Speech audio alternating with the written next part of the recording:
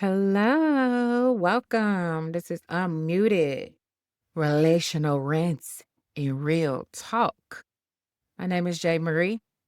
And before we get into the deep dives and therapy flavored rants, I wanted to talk about why this almost didn't happen. And so, um, I am a therapist, I'm a licensed therapist, and I am a therapist that struggles with being seen and vulnerability. It's been something that I've been working on for a very long time. Okay. And I am accustomed in certain ways of silencing myself or being silent and reserved and holding back. And some of that is just my upbringing, and some of that's just training too. As a therapist, you're taught to obviously make space for your clients, and you want to make sure that they're seen and they're heard. And you're kind of taught as a therapist to be a blank canvas, is what I would say. And so it takes a lot to kind of step out of those expectations that people have of you as a professional and to just get comfortable with actually being seen and being authentic. I love being authentic. I enjoy being myself, but we can struggle with that in so many different regards because we are taught to behave a certain way or, you know how to go. And the other thing is, like everybody else, I am a perfectionist. Uh, I have imposter syndrome. I do too much all the time. My plate is always overflowing with, I don't know, who knows what's the flavor of the day. For me, in terms of perfectionism, if I'm gonna do something, I want to try to do it right. I want to try to do it well. I want to put my best foot forward. I want to map out all the details, but sometimes that really is restricting. It's really ways that we prevent ourselves from actually moving forward, executing on things that we really want to do because we're trying to low key really like talk ourselves out of it, or we're just driving ourselves crazy for no reason. And you know what? As a therapist, I'm going to use the word crazy, okay? Because it's descriptive. Okay. So just keep that in mind. The other thing is I am exhausted. It is 10:19 p.m. right now, and I'm trying to squeeze this in after a full day. I've been up since 4 a.m. this morning. Gone, I'm in personal or doing personal training. And so I've been up all day. I've had clients, I've been moving around, I've had emotional breakdowns today. It's been a full day. And something I've been struggling with too for the last few years is just how thankless of a job emotional labor is. It's like nobody really notices it. Nobody really appreciates it. It's really a thankless job, you know? Unless people know that's what they're getting from you. Obviously, my clients know that. My friends sometimes. And my family rarely. And like emotional labor is just, I mean, it's expansive. It covers a lot of different things. And so you just get used to, moving in silence. What they say, wait, move in silence because the G in lasagna is silent, right? I don't know, but this is the type of stuff you're gonna get from me. And I don't know. I just think I am very relatable in some ways. I mean, in a lot of ways, actually. I know I'm not gonna be for everybody. I'm gonna have all types of off the wall stuff to say, but I think I'm gonna be able to reach a lot of people. And I think part of starting this podcast too is to also demonstrate that therapists are regular people. Now we may do a little extra deep diving into the human psyche. But we're regular people, and that's what you're gonna get from me. A lot of regular stuff with a clinical spin to it and some humor and some foolishness and all that good stuff all wrapped together. Cause, that's me. Other thing is, I am not a creative. I am not a performer. And I'm telling you lies right now, right? The honesty, or the honest truth, I should say, is I've never identified as a performer. I've never identified as a creative. But however, when you have survived trauma, you are most certainly a performer at some point in your life. And often you're very creative. But your creative endeavors don't go to things like creating a podcast or works of art like Picasso. It goes to surviving, right? Making nothing out of something. So, um, I'm muted. I'm unmuting myself. And that's been a journey, like a journey. Cause let me tell you something, I can talk. And actually, I was told often when I was younger that I talk too much. And the reality is, it was that people didn't want to hear what I had to say, not because it wasn't important. It was that I was telling the truth. And a lot of people don't want to hear the truth, especially when you're a kid and you're telling adults the truth. And so you learn how to be quiet. You learn how to silence yourself. And I have a lot to say. I've always was interested in like being a talk show host. Now, I'm not saying that was like my dream. It was one of my dreams. I was like, oh yeah, Oprah. Love me some Oprah. Okay. When I was growing up, I loved her. Sally Raphael, Donahue, Ricky Lake, Jenny Jones. I watched them all.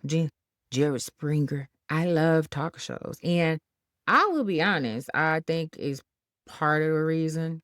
It's a branch. It's a percentage of the reason why I'm actually a therapist, I think. And why I took my own mental health very serious, probably at a very young age, at things that doing things that I wasn't even sure, not sure, but I wasn't even aware that were therapeutic. Another thing that you're gonna get out of this is some of my creative expression.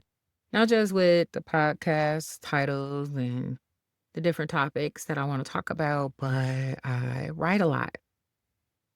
I'm an avid journaler and I write all types of stuff. I have journals on top of journals. When I was younger, I used to journal a lot and I fell out of it. mm, Once I got into my own therapy, because yes, I've been in therapy for a long time. I show a lot of therapists actually. It's like great training for you as a therapist to be on the other side. But I write a lot. And it's so funny because people are like, what are you going to do with your journals? I mean, some people burn them. I don't think I'm burning my journals. I just can't let them go. I have attachment issues. So we're gonna be talking about that too. But I don't know. I don't care. It's like I've had people read my journals, just violate my trust and just read my journals. And I'm like, shit, whatever you found in there, you went looking for it. So good luck with that. You wanted it. Now you gotta deal with the consequences. And we're gonna talk about that. We're gonna talk about decisions and choices and being responsible for the things that you decide to do. And so if I leave all my journals here after I expire, y'all are free to read them. Okay, but good luck. Go up, buddy. Okay. But it's gonna be entertaining now. I've always written, I've always played around with poetry, I've always played around with stories. I love reading when I was a kid. I used to read so much, love it. But it was just it didn't click when I was younger. Like I would try and I just couldn't figure it. couldn't figure out, was never good at grammar. I suck in grammar. So, and there was nobody encouraging me. Nobody was like, Jasmine, you read 500,000 books every year. Do you want to be an author? Do you want to be a writer? No, they weren't asking me those questions. I'll tell you some of the questions they were asking me, but it was not about my talents or what did I think I was good at. So we're going to talk about that type of stuff too. So lately I've been getting into writing stories and poetry and just little quips here and there of, I don't know, my thoughts, things that I find interesting. And so like I shared earlier, I am a licensed therapist. I've been in the field for quite some time. I don't even remember. I want to add up the years I've been a therapist. Maybe 15. Hey, 15. On and off, maybe. I own a private practice. I've been in my private practice now almost 8 years. And so I love the work that I do. I have a very diverse clientele. I do a lot of trauma work, obviously.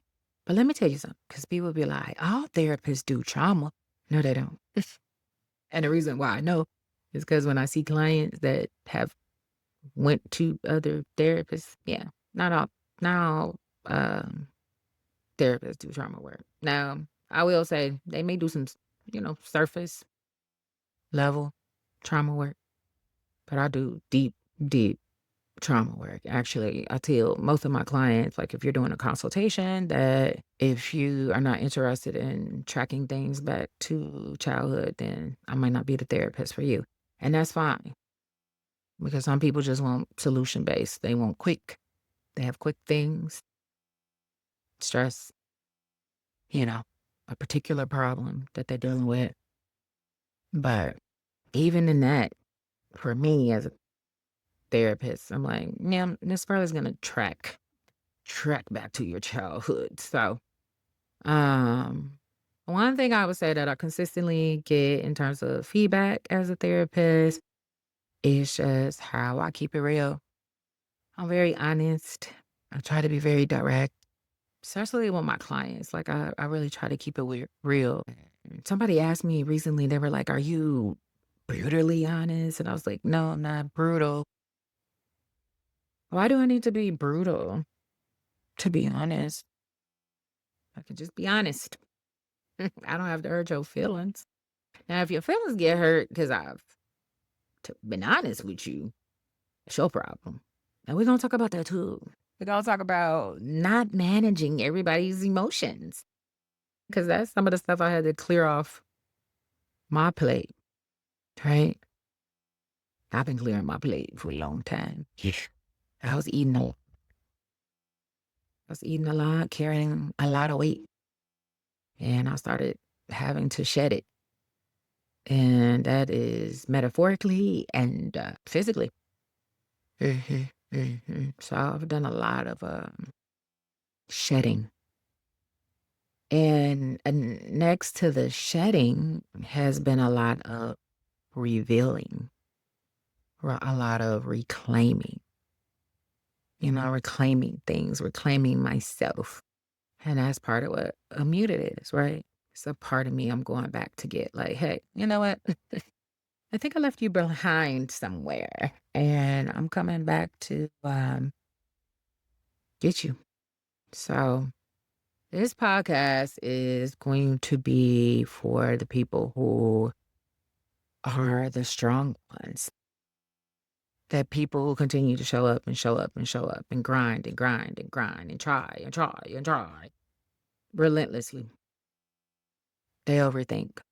They struggle with perfectionism. They feel like they're too much and they feel like they're not. People whose lives are imbalanced.